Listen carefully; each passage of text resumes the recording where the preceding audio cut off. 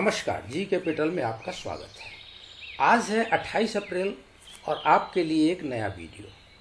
आज बात करेंगे माइनिंग एंड मिनरल सेक्टर की दिग्गज कंपनी एनएमडीसी के बारे में। विस्तृत जानकारी के लिए वीडियो को अंत तक देखें ताकि आप अगर इसमें निवेशित हैं या इसमें निवेश की योजना बना रहे हों तो आपके निवेश का रिस्क कम हो सके और आप इसको ठीक से समझ सकें। आगे बढ़ने से पहले इस कंपनी के बारे में थोड़ा विस्तार से जान लेना आवश्यक हो जाता है। भारत सरकार के द्वारा इस कंपनी का गठन 1958 में किया गया था। इस कंपनी की मार्केट कैप 22,700 करोड़ रुपए के आसपास है। अगर इसके पीई की बात करें तो 4.91 इसकी प्राइस टू अर्निंग रेशियो है और पीबी की बात करें जो प्राइस टू बुक रेशियो है वो 0.87 है। मतलब कंपनी अपने इंट्रिंसिक वैल्यू से बहुत कम पर मिल रही है। Dividend yield 7.44%। आप देख सकते हैं कि फिक्स डिपॉजिट से ज़्यादा तो ये कंपनी हर साल आपको डिविडेंड दे देती है। सेक्टोरल इंडेक्स 14.54 है और इस कंपनी की पी रेशियो क्या है 4.91 है। मतलब आप इस कंपनी को ये देखेंगे कि जो सेक्टोरल इंडेक्स है इस टाइप की जो अन्य कंपनियां हैं सेम फील्ड में उससे ये तिहाई रेट पे मिल रही है। तो सेक्टोरल डिविडेंड क्या है? सेक्टोरल डिविडेंड है 1.72। इस सेक्टर की जो कंपनियां डिविडेंड देती हैं उनसे 4 गुना अधिक ये कंपनी डिविडेंड देती है। मतलब दो मोर्चे पर आपने देखा, एक तो ये सस्ता है अन्य इस अपनी कंपनियों के साथ, अपने पीयर्स के साथ, और दूसरा कि ये डिविडेंड देता है 4 गुना। तो सस्ती 3 गुनी और डिविडेंड 4 गुना, इस प्रकार की एक कंपनी है। तो कंपनी को आप इस प्रकार समझ सकते हैं कि कंपनी कैसी है।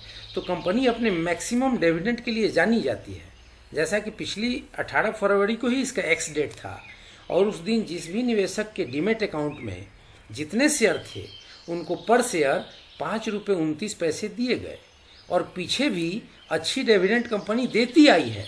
अब थोड़ा इसको ठीक से समझते चलें। एक कंपनी तो ऐसी है जिसकी कीमत 80 से 90 रुपये के आसपास है, उससे भी कम है, और वो अपनी जो डिविडेंड है वो फिक्स डिपॉजिट से अधिक क्षतिपूर्ति कर देती हो। जबकि दूसरी तरफ हम ये भी देख रहे हैं मार्केट के अंदर कि 1500 से 2000 रुपये वैल्यू तक के शेयर भी अधिकतर बार पर शेयर 5 रुपये या उससे भी कम की डिविडेंड देते हैं और कई बार तो डिविडेंड देते भी नहीं। किंतु सरकारी कंपनियों की यही बातें निवेशकों को आकर्षित करती हैं कि शेयर सस्ते में मिलते हैं, जिसमें आज नहीं कल ये कंपनियां जब प्राइवेट होंगी और इनके अलग अलग कार्यों की वैल्यू अनलॉकिंग होगी तो इनकी कीमतें 4 से 5 गुना होने में 1 महीने का समय भी नहीं लगेगा। खैर, तो ये तो हुई भविष्य की बातें, लेकिन वर्तमान में देखें एनएमडीसी की तो 98% तक की इसकी जो आय है वो इसके आयरन ओर के सेल से आती है। शेष आमदनी डायमंड या स्पॉन्ज आयरन इत्यादि के सेल से आता है। अब इस कंपनी में अगर शेयर होल्डिंग पैटर्न की बात करें तो शेयर होल्डिंग पैटर्न जब आप देखेंगे तो देखेंगे कि प्रमोटर्स ने जो पिछले मार्च में जो इनका 72.27% शेयर था वो अब घट के इस मार्च में 69.64% रह गया। मतलब लगभग 2.5% के आसपास इनकी शेयर होल्डिंग कम हो गई है। तो इसमें निवेश अब कौन किया है? तो इसमें निवेश किया है 2% से अधिक तो म्यूचुअल फंड ने अपनी होल्डिंग बढ़ा दी, क्योंकि जो पिछली बार जो इनकी शेयर होल्डिंग पैटर्न थी उसमें म्यूचुअल फंड का 1.5% के आसपास के निवेश था। अब उनकी हिस्सेदारी बढ़कर 3.52% हो गई है। मतलब 2% के आसपास इन्होंने अपनी शेयर होल्डिंग बेची है और इसको खरीदा किसने है? तो म्यूचुअल फंड ने खरीदा है। आप समझ सकते हैं कि म्यूचुअल फंड के पास एक बड़ी रिसर्च टीम होती है और वो कुछ सोच करके ही इसमें अपनी होल्डिंग बढ़ाया है। डोमेस्टिक इंस्टीट्यूशनल्स की जो होल्डिंग है वो 20% है जो अनचेंज्ड है, और फॉरेन इंस्टीट्यूशनल की जो होल्डिंग है 6% है, ये भी अनचेंज्ड है। बहुत मार्केबल बात यह है और इस बात को बहुत ध्यान देने की ज़रूरत है कि हम लोगों से अधिक बैलेंस शीट देखने वाले काबिल लोग इन एफआईआई कंपनियों के पास होते हैं जो किसी कंपनी के फ्यूचर को प्रिडिक्ट कर सकते हों। ऐसी एफआईआई कंपनियां अन्य सभी कंपनियों में भारत में अपनी हिस्सेदारी कम की हैं जहां उन्हें अपने पूंजी के ऊपर खतरा लगा है या प्रॉफिट के ऊपर खतरा लगा है, लेकिन एनएमडीसी को उन्होंने अनटच रखा है। इस पूरे ही कोरोना महामारी में जो भी संकट आई हो भारत के ऊपर, भारत के व्यापार के ऊपर, शेयर बाजार के ऊपर, लेकिन एफआईआई ने एनएमडीसी में अनटच हिस्सेदारी रखी है।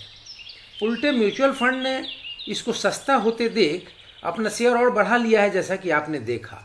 तो आप खुद सोच सकते हैं कि अब हमें इसमें क्या करना चाहिए। अब इसमें फोरकास्टर क्या कर रहे हैं वो भी देख लिया जाए। तो 94% फोरकास्टर कर रहे हैं, analyst have suggested that investor can buy this stock. मतलब 94% लोग कह रहे हैं कि इन्वेस्टर इस स्टॉक को खरीद सकते हैं। अब इसके अगर प्राइस के मूवमेंट को चार्ट पर देखा जाए तो वहाँ क्या कर रहा है उसको ज़रा देखा जाए। बहुत पीछे चलते हैं 1 मंथ की चार्ट लगा के, तो 2010 जनवरी का महीना है जब ये 571 रुपये 20 पैसे की हाई बना रहा था, और वहाँ से लगातार इसमें ह्रास आई है और लगातार इसमें गिरावट आई है।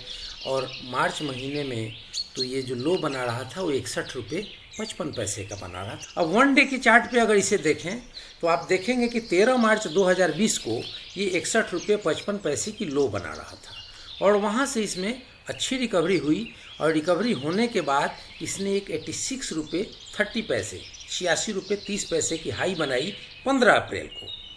उसके बाद फिर से इसमें गिरावट और कमजोरी देखी जा रही है। तो इसमें हमें अब क्या करना चाहिए? तो इसको समझने के पहले हमें सबसे पहले 2-3 बातों को ध्यान रखने की ज़रूरत है कि यहाँ पर अगर MACD को देखें तो यहाँ पर एक बियरिश क्रॉसओवर जनरेट होने की संभावना बन रही है। हुआ नहीं है लेकिन बनने की संभावना हो रही है, जो बता रहा है कि प्राइस कमज़ोर हो सकता है, प्राइस नीचे आ सकता है। और अगर RSI की पोजीशन को देखें तो RSI का नंबर जो आ रहा है वो 41.24 आ रहा है। मतलब प्राइस कमज़ोर तो है लेकिन बहुत कमज़ोर नहीं है, ये बताना चाहता है। अब अगर बोलिंजर बैंड को देखें तो बोलिंजर बैंड का जो लोअर लेवल है वो कह रहा है कि इसकी प्राइस 70 रुपये 37 पैसे तक आ सकती है, और जो अपर लेवल का प्राइस बैंड कह रहा है वो कह रहा है कि इसकी प्राइस बैंड 83 रुपये तक जा सकती है।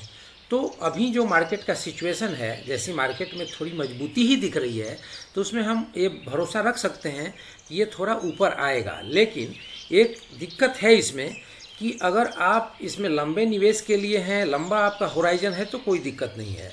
लेकिन अगर आप शॉर्ट टर्म के निवेशक हैं तो जब भी इसमें एक रिवर्सल आता है, जब ये 86 रुपये या 90 रुपये के आसपास आता है, तो वहाँ आप इसमें एग्जिट कर सकते हैं, और बाद में इसको जब लोअर लेवल में आता है वहाँ पर फिर इसमें एंट्री ले सकते हैं। तो टेम्पोररी बेसिस में एग्जिट करना और परमानेंट बेसिस में एंट्री ले लेना। निवेश की होराइजन लंबी रखनी है।